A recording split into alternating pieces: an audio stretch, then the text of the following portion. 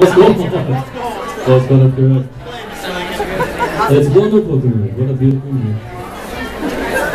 Lovely evening. Had a wonderful meal.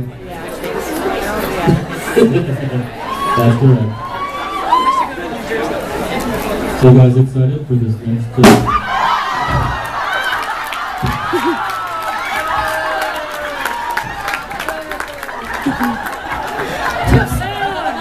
Someone shot Lincoln!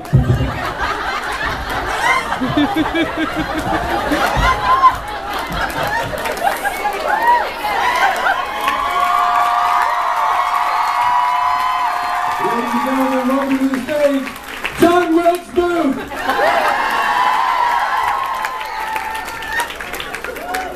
Hi, John! Love your work! Adopt me! That's the weird cat call from the audience that you're not looking for.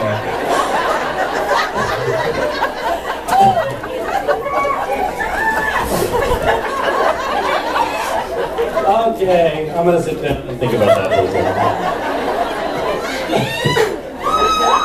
Okay, I'm done. So, hi everyone. Hi! Welcome to our nation's capital if you're not from here. Who is from here? Yeah! That's amazing. I used to live here. I miss it in this hotel. They didn't know I lived here, but I did in the kitchen. I slept under the potatoes. Yes, I was just reminiscing a bit about when I lived here. When I first lived in Washington, D.C., I had a girlfriend who lived in McLean, Virginia, which is nearby. And I came down to visit her. And her mother wasn't too keen on that. And she made me sleep in the neighbor's basement. And then I took a year off from school, and I lived here for a while in that year off. And I was sleeping in the neighbor's basement, which I didn't like very much. And whenever I would try to go visit my girlfriend, I was not welcome, and I was watched by my girlfriend's mother. So I was very uncomfortable, and I decided, you know what, screw this, I'm going to get out of here. And so I moved into a boarding house in Fairfax, nearby.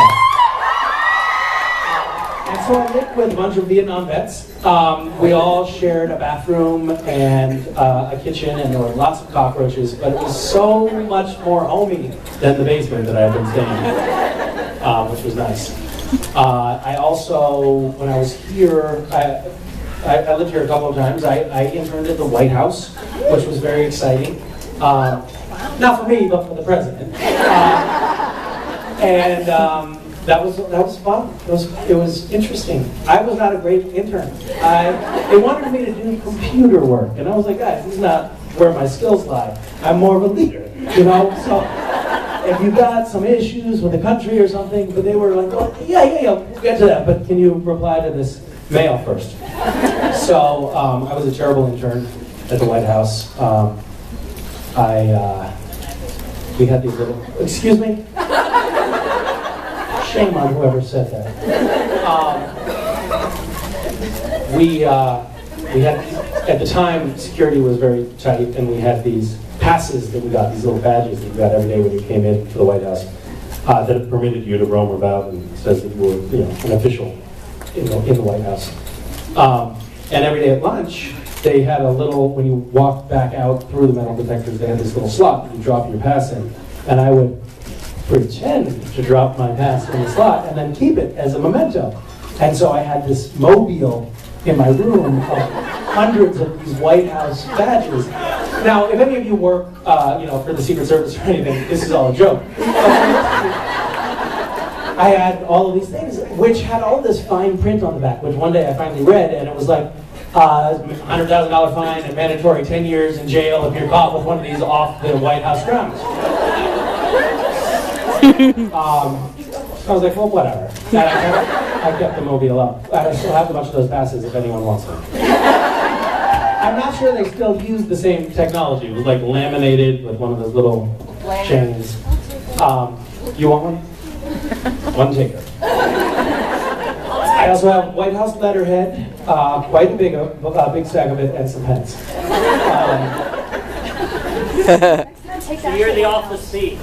Office thief, yes. Yes. I also have applications for jobs because I was in the department where they were sending in like applications for I want to be Secretary of State or whatever, and they'd send in a letter, resume, and soft focus, glossy photos of themselves. The weirdest applications. I was like, I've got to take this home. I have a small collection of those as well.